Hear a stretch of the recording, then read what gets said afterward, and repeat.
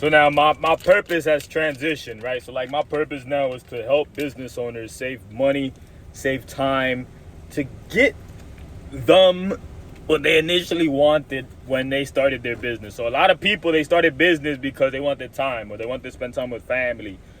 And a lot of times, regardless of what it is, you gotta face, you gotta lay, they say you gotta lay the bed that you made or whatnot.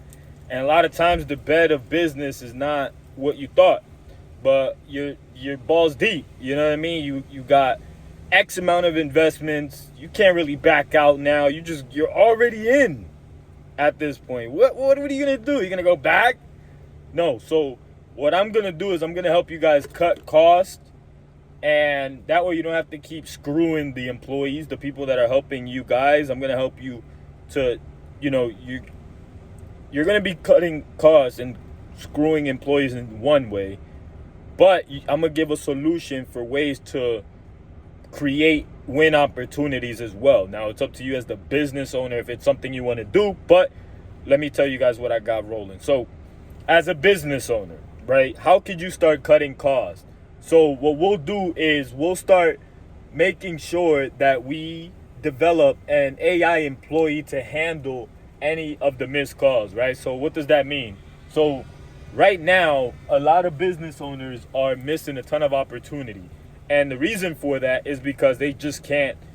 It depends which level in business you're in. But like hypothetically, let's say that you are a tree service company, right? If you're a tree service company, or if you own a lawn care service, or if you are doing local pressure washing service, or if you're doing painting, or if you're doing maybe some mobile mechanic, or let's say if you're doing, maybe you have like a used tire shop startup, right? Or maybe you're doing a little bit of like a home improvement, or maybe you have a tinting company.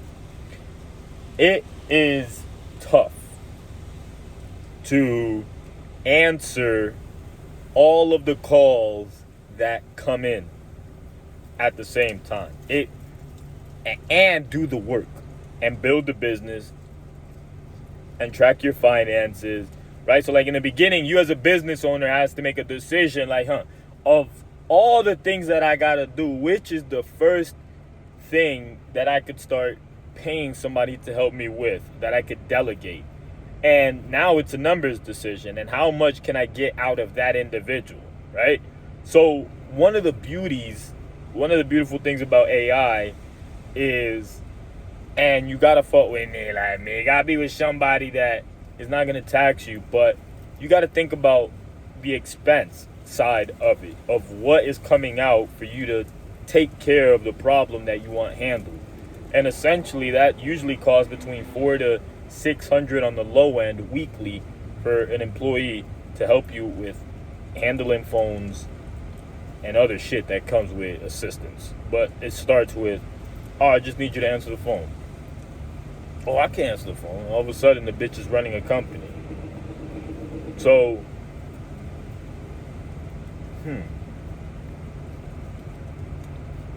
So I need to find girls that are sick and tired but are in that position and could bring more value to the people. Because what I'm learning is niggas be trusting girls all the time. Like, it's crazy. They give everything to girls.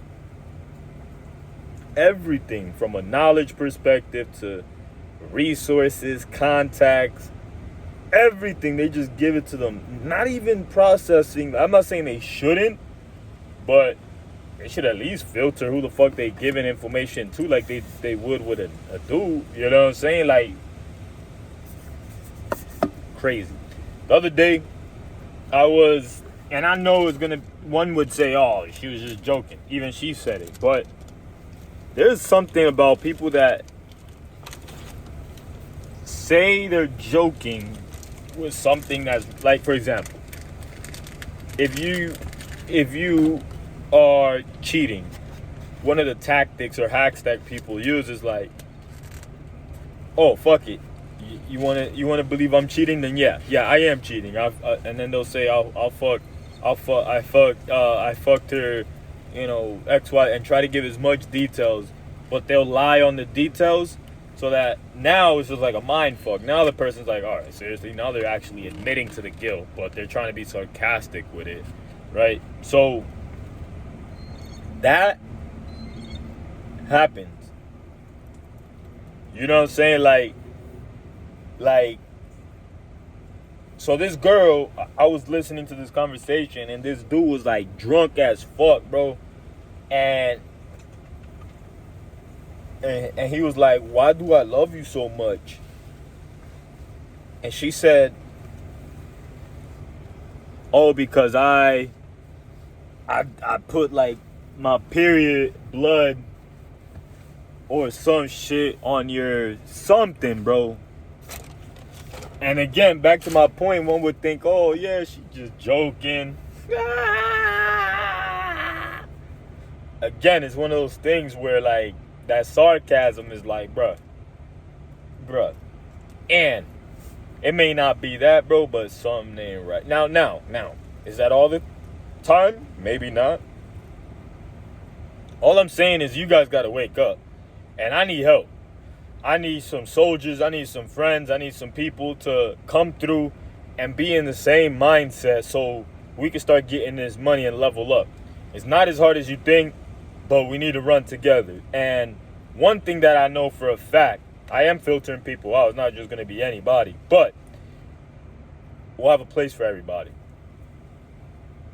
I'm fully aware that yeah, you just need to have a pack, man. You need to run with your crew and stay together. So chicks have been staying together for a long time, bro. Like, no matter how much drama they handle together and all that bullshit, they still find a way to always stick together. And they call it like the I think they got it like a sister code. You know what I mean? They got a code, and they don't break it.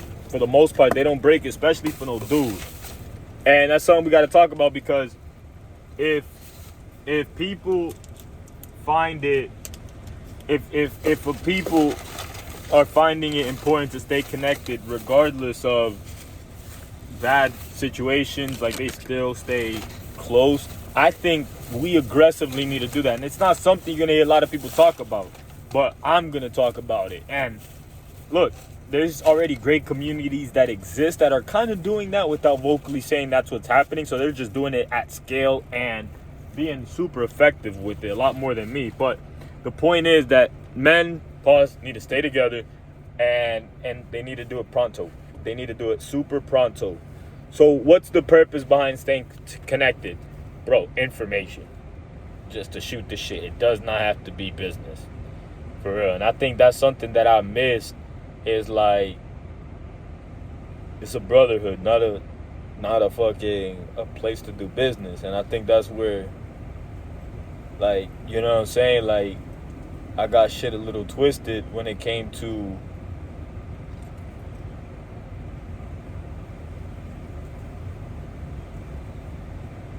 some friends, man, and you know, I should have just made the decision to. And I think I told myself, I just didn't follow through. You know what I'm saying? Like, I tried to avoid doing business with my brothers, and it just didn't. You know what I'm saying? Because we were friends first, and then it's like, well, shit. You know what I'm saying? Let's make this money. But, so now I just got to pivot, and now I got to take another approach and just find talent in other places, find help, find niggas to run with, find, you know, what I need in other places. And then that's what I'm coming to the conclusion of. Or maybe I just need to get better when it comes to relationships. You know what I'm saying? Because I do tend to, like, I don't tolerate a lot of shit for a long time. So if something seems to, like, be off, I'm not going to force you to do shit. If you don't want to carry your side of the boat, I'm not going to force you. Whereas a good leader, it's realistically going to force somebody to do some shit or get the fuck out. You know what I'm saying? So it's like, I'm aggressive in some stuff, but when it comes to giving people the ability to leave I'm pretty, like, I'm aggressive as long as you want to be aggressive. You know what I'm saying? I'm aggressive as long as you want the smoke. But if you don't want it, I'm not about trying to fabricate, make somebody a specific way, or have somebody tolerate shit they don't want to. Cause like, you gotta voluntarily want to tolerate my shit. You know what I'm saying? Cause if you don't want to tolerate it, then I got an enemy. Now you're just dealing with it, and dealing with it is just a different situation. You know what I'm saying? So that's a little bit of why uh, I'm so. I guess the right word would be passive.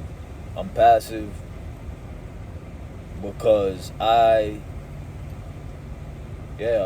not, yeah, and that's something that I gotta improve on.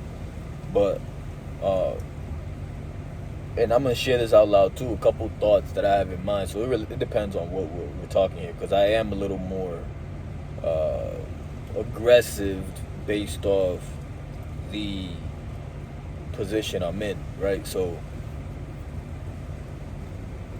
it's a mindset thing, and also a matter of me respecting the position I'm in. So when I trained people to drive trucks over the road, I was in that position of being not, like, it wasn't so passive. You know what I'm saying? It was like, nah, this needs to be done. I was still passive in a way that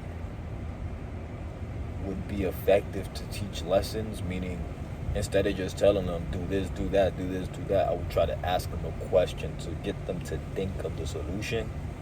But overall, like, it depends on the situation. But aggressive now, in this case, I gotta be.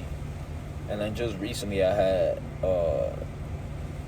two people that I brought on my team, and I initially was aggressive, then I started getting a little soft. You know what I'm saying? But I'm realizing that it's a matter of having things that you need done and knowing what you want and just getting it done, getting people to do it. That's it. So, like, I think not even the secret, what it is, it's like the hack to being a leader is knowing where the fuck you're going.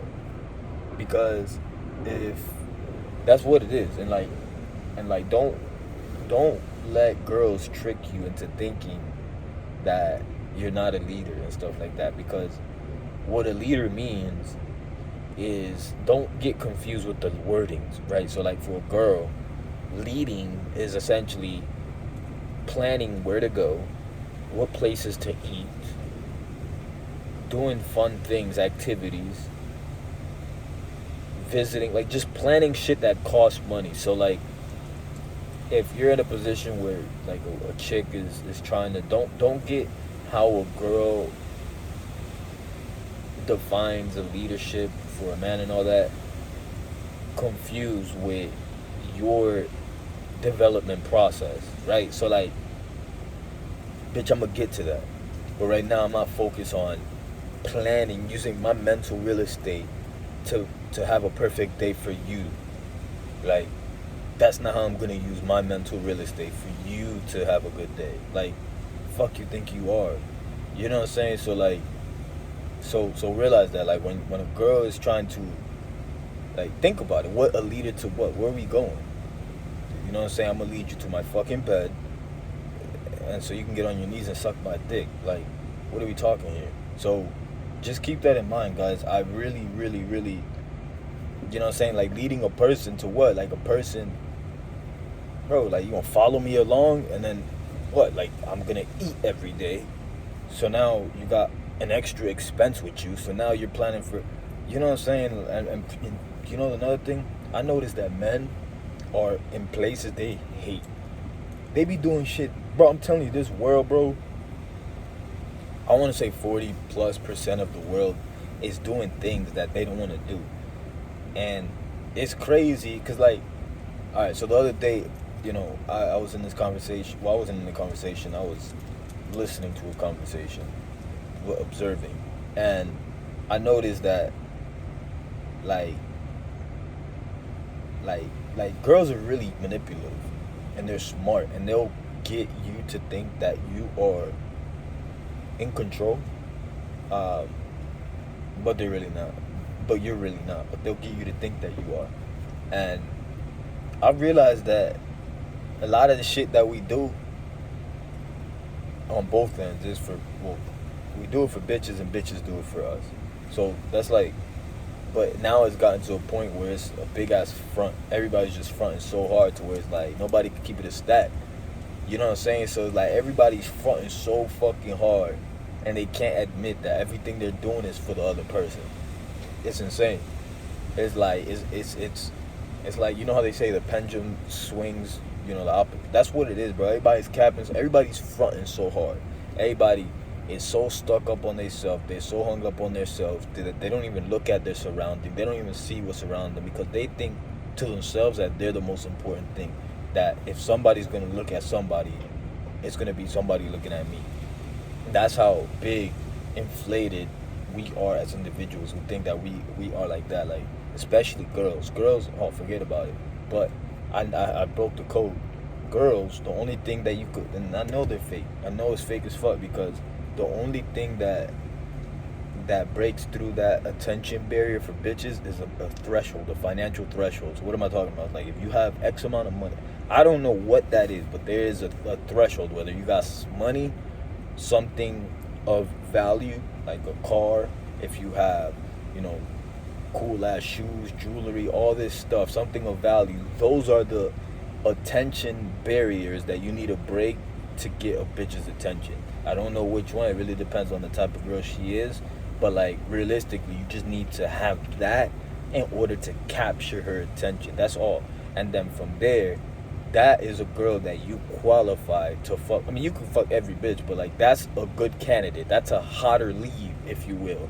Like, if you were to actually approach that girl that paid attention to you, that like you grabbed her attention and you struck conversation, that the likelihood of you closing that is a lot better versus somebody that didn't even notice you, right? So then now you got to ask yourself, why are girls paying attention? Like I said, there's different pillars. You know what I'm saying? Sometimes girls will look at you because of appearance, and you just, you know what I'm saying? And a lot of times it depends where you are, because like, appearance does matter. Sometimes you don't have anything but yourself, and you're just walking and you see girls look up.